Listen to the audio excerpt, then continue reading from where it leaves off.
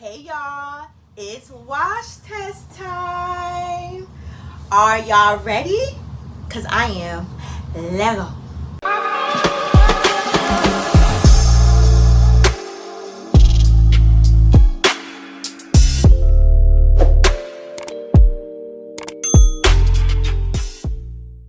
Hey everyone, I'm Javiah with Gifted Hands by Javiah. Welcome back to another video.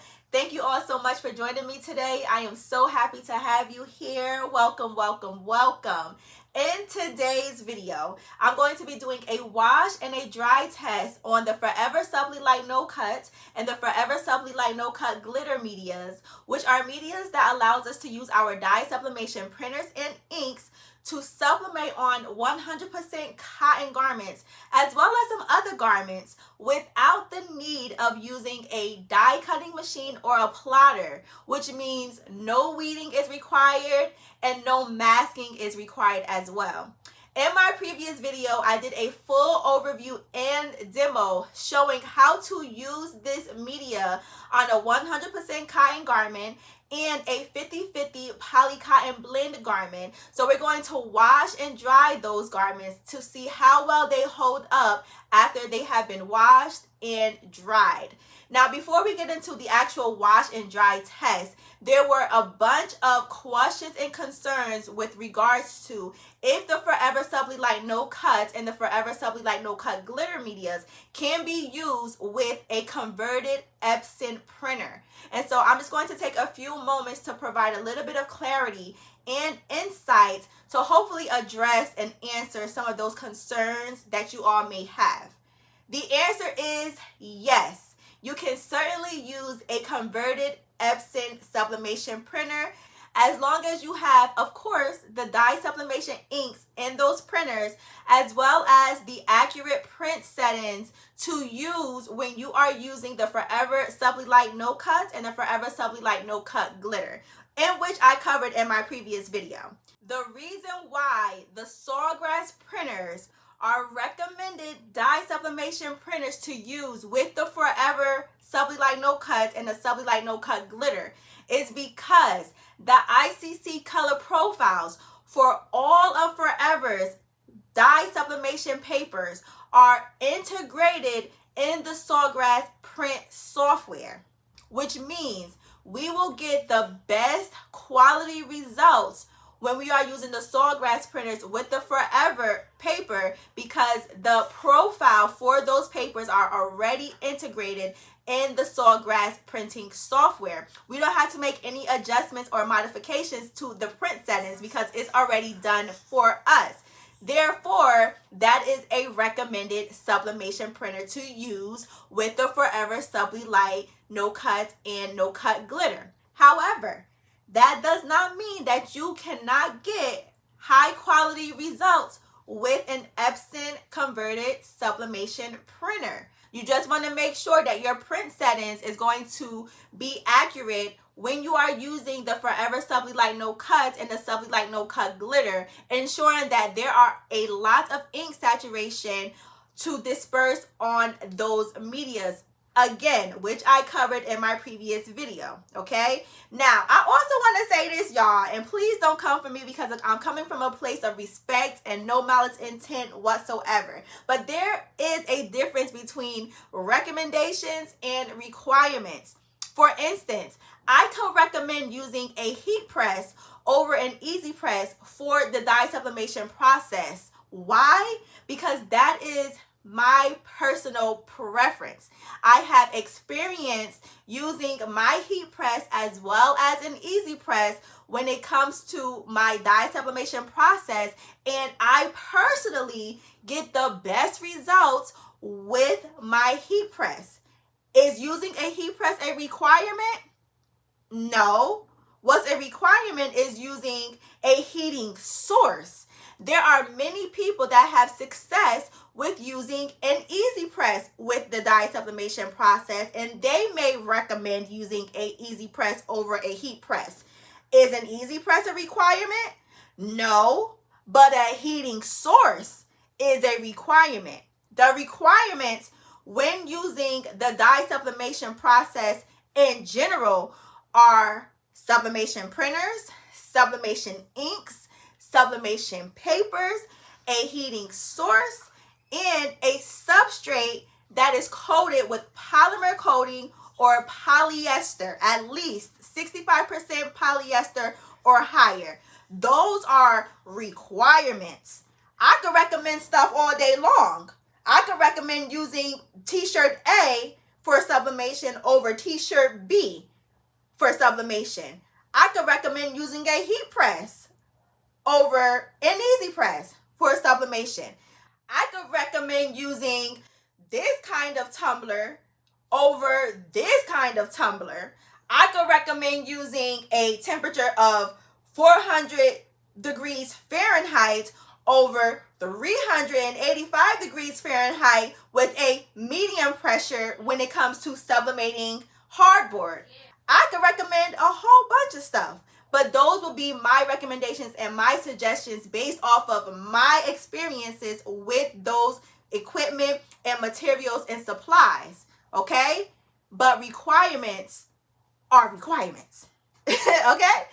All right, I just want to let y'all know what's up, okay? Okay, I love y'all, but I just want to let y'all know, okay? So what I'm going to do is read directly from the Forever Instructions paper guide what it says so that y'all won't think I'm fabricating when I tell you that you can definitely use a converted Epson sublimation printer, okay? And it reads, the Virtuoso Print Manager. Now, for those of you who do not know what the Virtuoso Print Manager is, it is a retired Sawgrass printing software, and it is no longer here. It has been replaced with the Sawgrass Print Manager, and now Sawgrass has the Sawgrass Exchange PrintMate, okay? So it says, use the VPM and the Forever Profile Printing with Sawgrass SG400, 800, Sawgrass SG500, and 1000.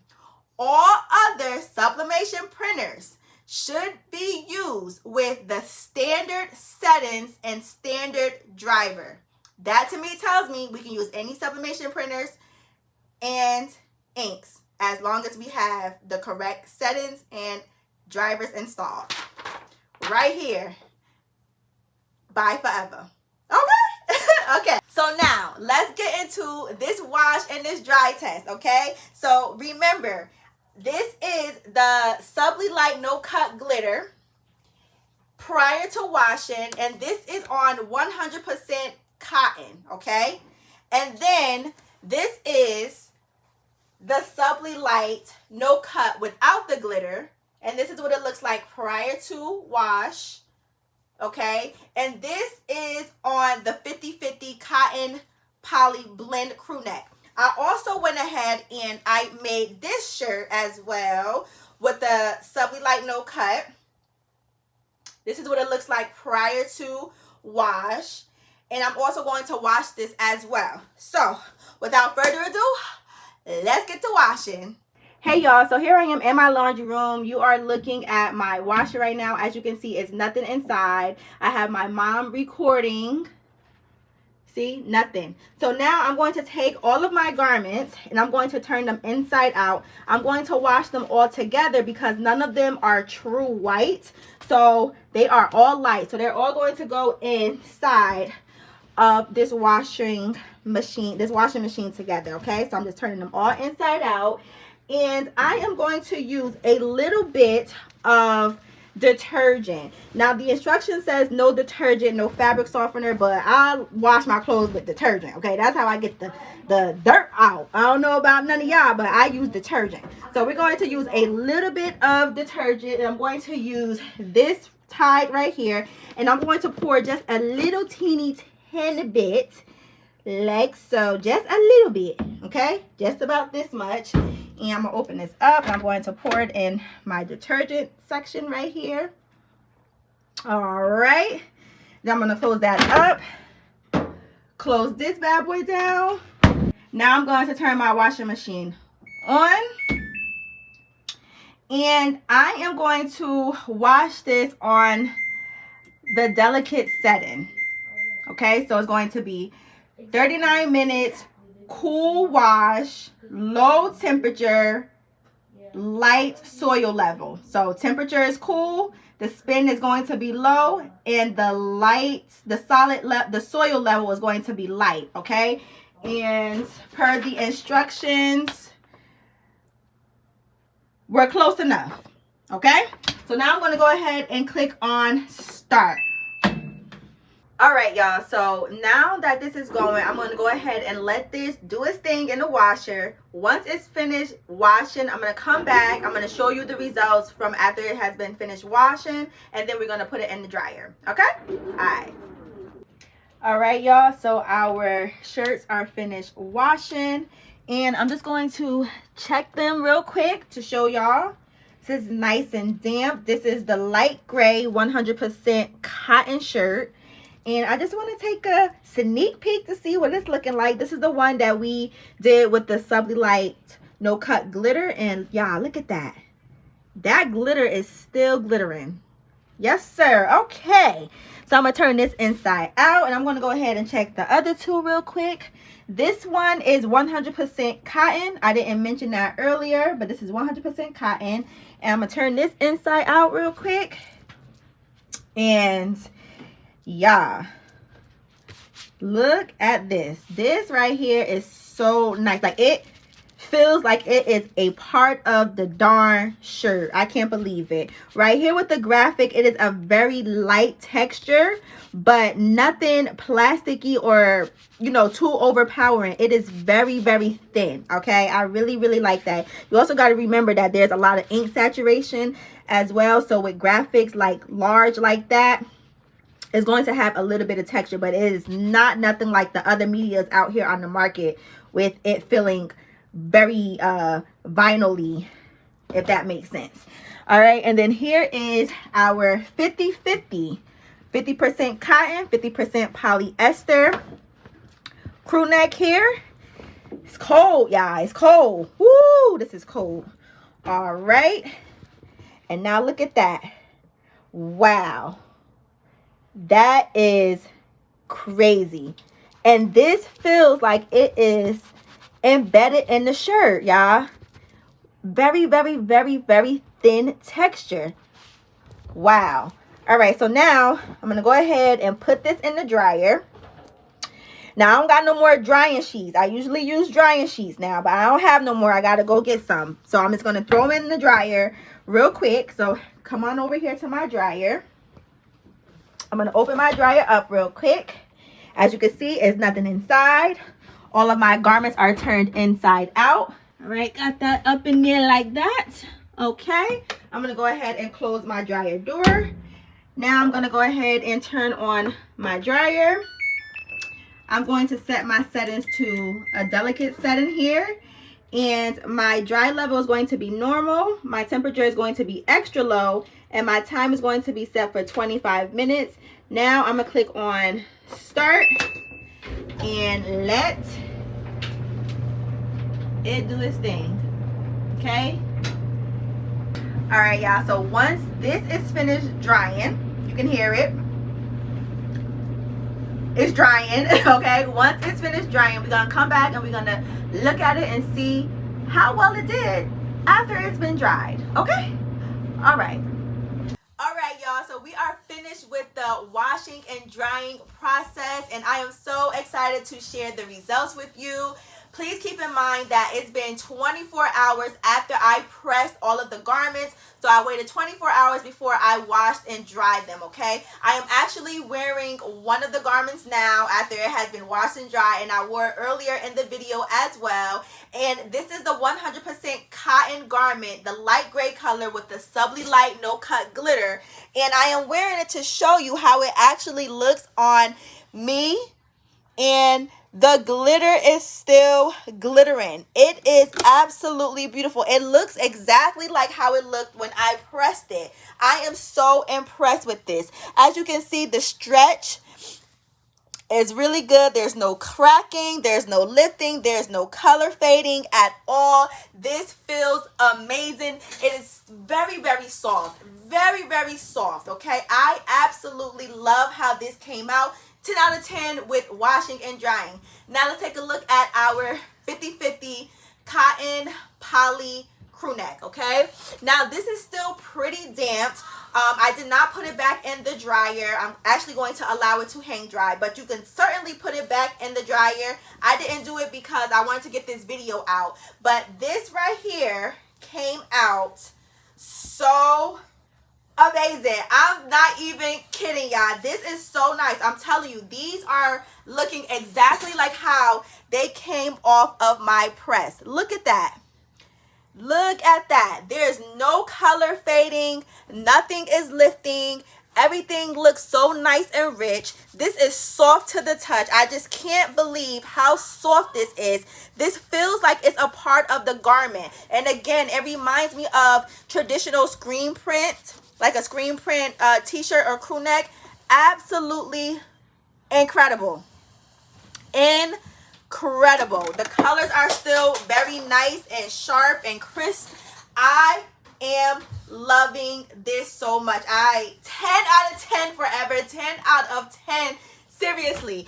And the last garment is another 100% cotton garment. I did not show this in my video. However, I did do this off of camera and I made another one just to see how well it does with a photo like this, and absolutely stunning. Absolutely stunning. Of course, it's a little bit wrinkled and soft to the touch. Again, colors are there. Nothing is lifting. Nothing is cracking. Amazing. Now, I will say that because there's a lot of ink saturation, it's going to have a texture to it. Now, is the texture overpowering where it feels like vinyl and something that's, you know, plasticky? Absolutely not. It is so very thin and honestly not even noticeable. And I absolutely love that as well, okay? The camera is picking it up as if it has a shine to it. The shine is very, very subtle. It is not as shiny as my camera is picking it up, y'all. This is absolutely gorgeous. And let me see the stretch here. Amazing. Stretch is there.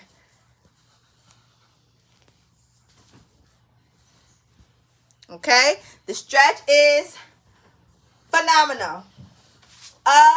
Amazing, y'all.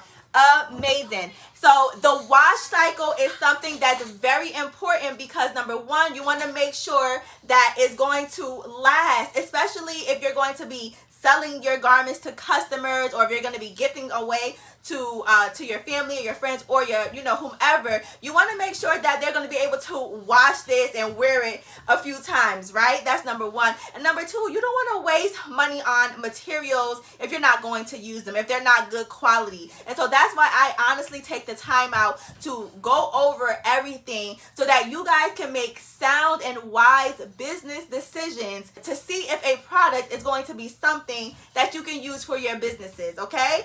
So I really do hope that you all enjoyed this video. If you did, give me a thumbs up. Don't forget to like this video, share my content with your friends and your family. Subscribe to my channel if you find any of my content of value. And until next time, family, later.